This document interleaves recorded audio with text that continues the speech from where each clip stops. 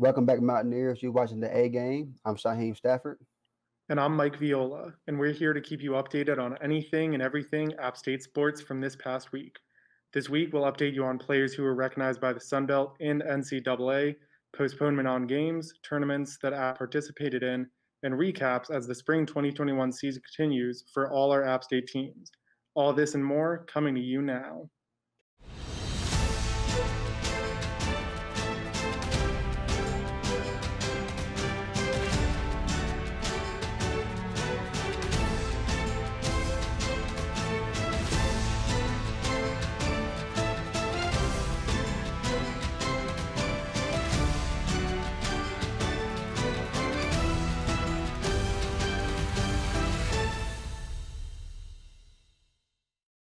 Even with that season just ending, season tickets for the 2021-22 men's and women's basketball season are now available for both returning and new season ticket holders to purchase. Tickets are for sale around the entire stadium, including baseline, courtside, reserved seating, senior, youth, and faculty and staff. Prices for men's tickets range from $100 for youth to $230 for courtside and baseline tickets, while tickets for the women's team range from $40 for youth to $125 for courtside tickets. The men's team is coming off the NCAA March Madness tournament appearance as well as the Sun Belt Conference Championship title, and the women's team a 15-win season and a trip to the Sun Belt Championship tournament semifinals. So make sure to buy your tickets for another season. To remember, more information can be found at www.appstatesports.com/tickets. The women's basketball lineup will be looking a little different next season as the Mountaineers signed graduate student Brianna Locke for their 2021-2022 season. Locke is the fifth confirmed Mountaineer to join the team next season, joining Adair Garrison, Zeta Porter, Maria Frazier, and Emily Carver on the roster. The Flowery Branch native stands at 6 feet and is immediately eligible to play at guard for the team after playing 3 seasons at the Division II school, Emmanuel College. At Emmanuel, she averaged 16.5 points, 8.1 rebounds, 2.2 assists per game, as well as 43% of her threes and 85.6% from the free throw line. Locke also helped the Lions win a league tournament championship in their 2019-2020 season and a co-regular title in the same year. In her last season with Emmanuel, she went out with a bang and posted record numbers across the board, earning her first-team All-Conference selection, an All-American women's basketball third-team selection, 2 Conference Player of the Week awards, and recognition as the United States Basketball Writers Association National Player of the Week. Coming off their series against Kent State last week, the Mountaineers field hockey team was back in action once more, winning a 2-game series against the Ohio University Bobcats. In that first game, the Mountaineers overcame the Bobcats in a close 2-1 nail-biter that came down to the final minutes of play. App took the lead first, scoring minutes into the second quarter off of a defensive turnover for the Mountaineers that Sarah Farrell drove through the circle and scored with for the 7th time this season that App scored the first goal. In the middle of the third, Ohio scored one of their own to tie the game. Only minutes left on the clock in the fourth, it seemed like the Mountaineers were going into overtime once again until Frederick Stegen redirected the ball towards the net for the game-winning goal. Sophomore goalkeeper Addie Clark saved a career-high 7 goals during the game, only giving up one after the Bobcat rebound found its way into the net. In their second game, the Mountaineers played strong once more, defeating the Bobcats 2-0 for a weekend sweep. App's first goal came early on in the game when Pauline Mangold connected with the net after only 3 minutes of play and was assisted by Megan Smart. Their final goal came 45 minutes later when Annis Morelli assisted Megan Smart and scored with only minutes left on the clock. Smart now leads the Sun Belt in goals scored this season with 6 and has scored or assisted with 16 of the Mountaineers' points. Starting goalie Addie Clark recorded her second shutout of the season, and App's defense only gave Ohio 3 shots on goal during the entire game. The Mountaineers' offense was able to fire off 10 shots on the Bobcats' goal and earn themselves 4 penalty corners. The win this weekend marks the team's first in-conference series sweep of the season, and App will be back in action next week in a 2-game home series against the Bellarmine Knights.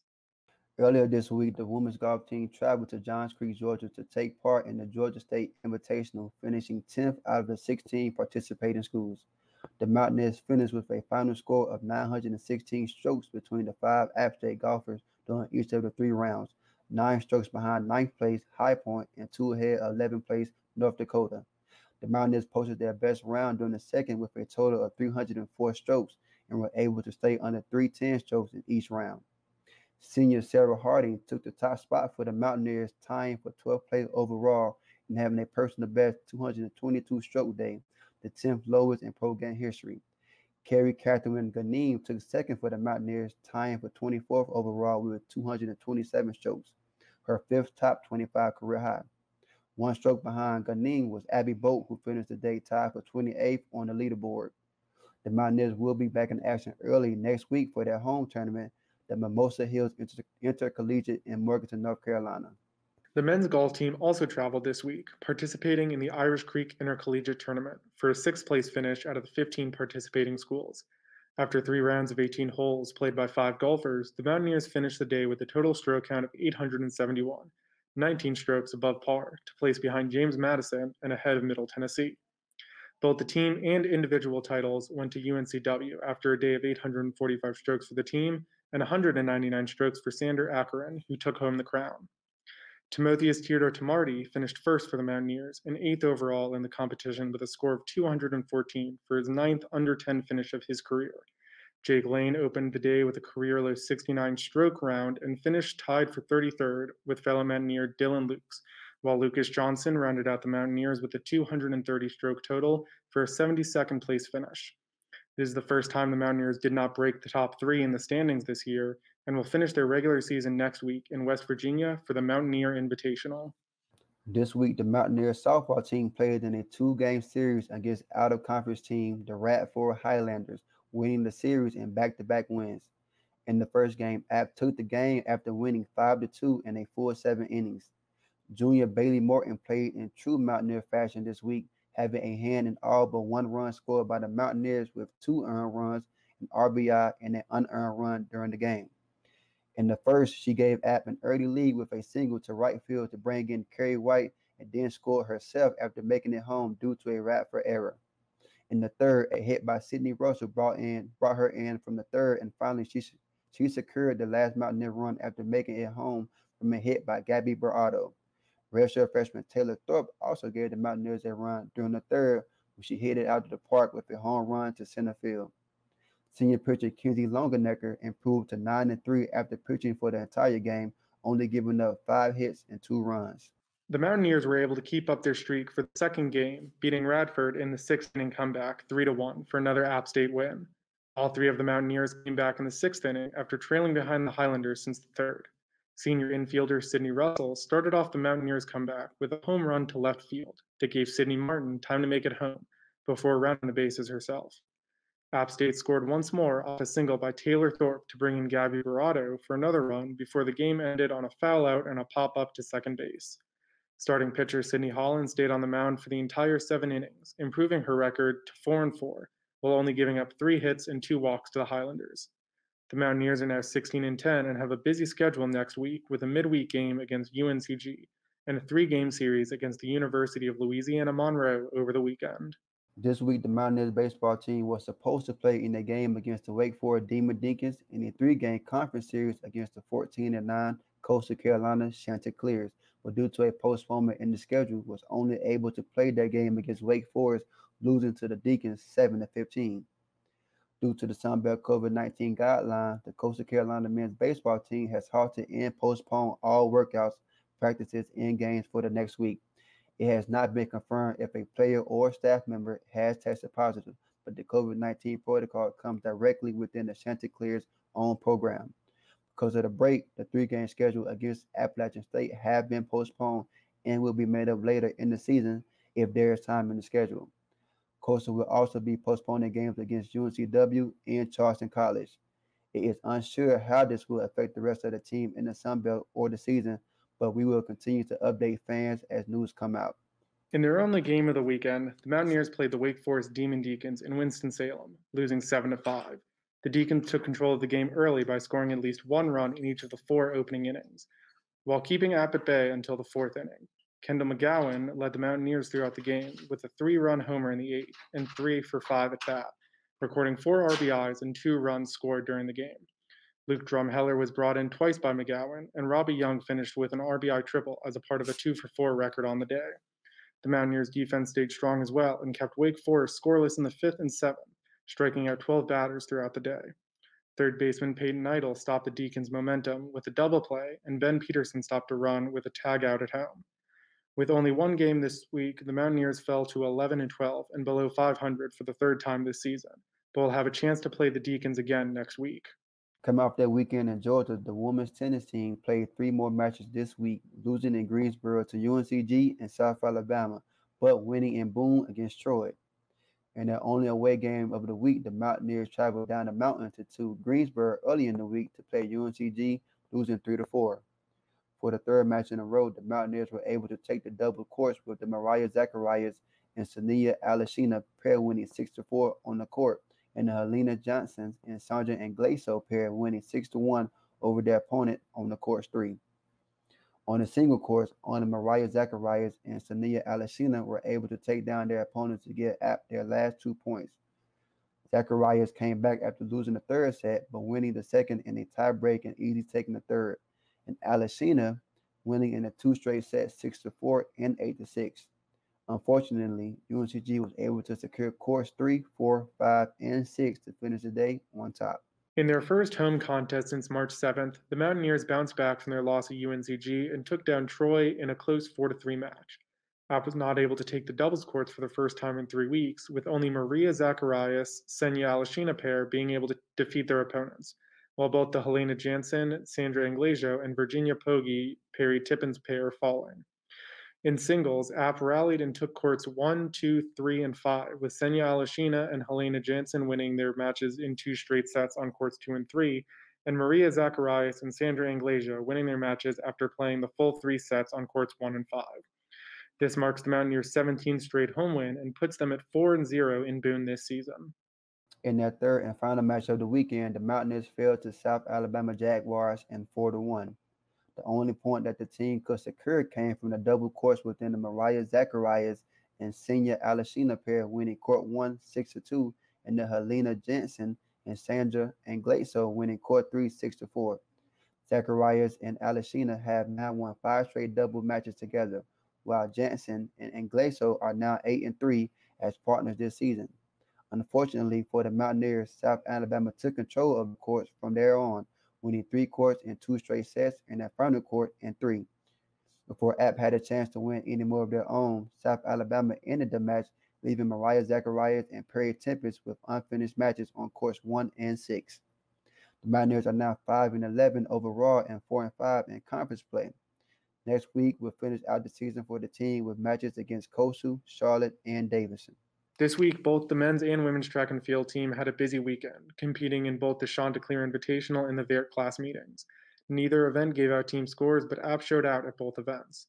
At the Vert class meetings, both the men and women competed in the 10,000-meter run, with the Mountaineers taking 2nd and 3rd for the women's races and 6th and 10th in the men's races. For the women, graduate student Leisha Van Onsalen took 2nd place out of the 9 participants, with a personal record time of 36:55. The new fastest active Sunbelt record, the 23rd fastest in the NCAA East region, and earning her a spot in the NCAA East prelims. The Mountaineers also took 3rd place with Riley Caldwell finishing in 38:14, another personal record and qualifier for the NCAA East prelims. For the men, Ben Signerol broke his own personal record, finishing 6th out of 29 runners with a time of 31:44, and Calbert Guest rounding out the Mountaineers' day finishing 10th with a time of 32:01. In addition to the Vert class meetings, the women's tracking team also competed in the Chanticleer's Invitational, not earning a team score, but taking the gold in 2 events and placing in more. In the pole vault, sophomore Celia Aggie took first by almost an entire foot after clearing a jump of 3.6 meters. Madison McCoy took first in the discus with a throw of 42.01 meters and clinched second in the shot put with an impressive toss of 45.39 meters. In the 4x100 meter relay, the Mountaineers took the podium twice with a 2nd place finish by the team of Jelani Smith, Samara Gibson, Taylor Smith, and Labria King, who finished in, and a 3rd place finish by the team of Annie Judd, Jamia Peterson, Maya Hanks, Nava Haddock. Jelani Smith also took 2nd in the 400 meter dash, while Riley Caldwell and Madison Christie took 2nd and 3rd respectively in the 3,000 meter run. In the triple jump, Maya Hanks cleared a 12.31 meter jump to take second, and Kayla Clarkson a 1.6 meter mark in the high jump to take second for herself. In the 800 meter run, Jasmine Donahue took second with a time of 2.2 minutes and 8 seconds, and Bianca Copeman right behind her with a time of 2 minutes and 23 seconds for third place. Finally, Hassani Burris broke a personal record with a mark of 5.17 meters for the third in the long jump. The men's team also competed in both of the competitions this weekend, and not only took 2 spots in the Vert class, but 3 in the Chanticleer Classic. App State took the gold in the pole vault with sophomore Patrick Freeman clearing a height of 4.75 meters for first, and Braden Underwood taking third with a height of 4.45 meters. In a similar fashion, Cole Kenbrink took first in the 400 meter dash with a time of 49.1 seconds, and Thomas Dixon Jr. in third at 50.6 seconds. The Mountaineers took another spot on the podium for the 400 meter hurdle, with Dylan Blankenship finishing first with a time of 55.21 seconds. Jacob Soros took third in the javelin throw with a mark of 52.72 meters, while Nathan Carl took second in the discus with a throw of 47.8 meters. In the 1500 meter run, Isaac Benz recorded a personal best with a time of 3:57, and Yates Hall and Joshua Hairston took second and third in the high jump to round out the Mountaineers' stellar day. Both the men's and women's track seasons are coming to a close soon, so be sure to check them out next week at the USC Open. And now we're going to end this week off with a debate. So Shaheem, what opponent do you think is going to be the hardest for App's football team next year? Well, Mike, I think the Louisiana at Lafayette and Georgia Southern team is going to be, I think, a tough opponent for App State this upcoming season. I think they always play them well, and just they kind of know App, sort of offense, and this is what they like to do on offense. So I think those two schools are going to be a tough outing for App State this semester. And do you think they're going to feel a lot of pressure coming from playing at the UNC Bank of America Stadium next year? We got some new players. We lost a lot of good talent, good seniors, Zach Thomas, and a lot of good receivers on the defensive side of the ball as well. So I think there'll be some little pressure on the newcomers coming in on the team. Just have to see and find out what they got. It's a bright lights. You're in a bigger stadium, so we just have to find out what they all about. So with all that said, what do you think our record is going to be next year? I give us a.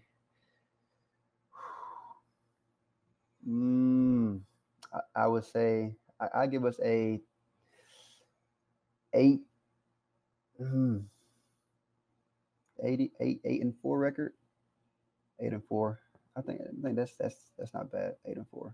I can see that. We got a lot of tough opponents this year, especially with revenge games against Marshall and Coastal this year, with both being on the up. And I think it's going to be a really interesting dynamic to see us play in both next season.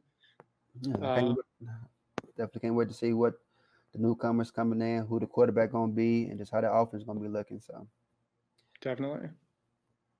Well, that's all we have for you this week, sports fans. I'm Mike Viola. I'm Shaheem Stafford. Tune in next week to stay up to date on all things Appalachian State sports.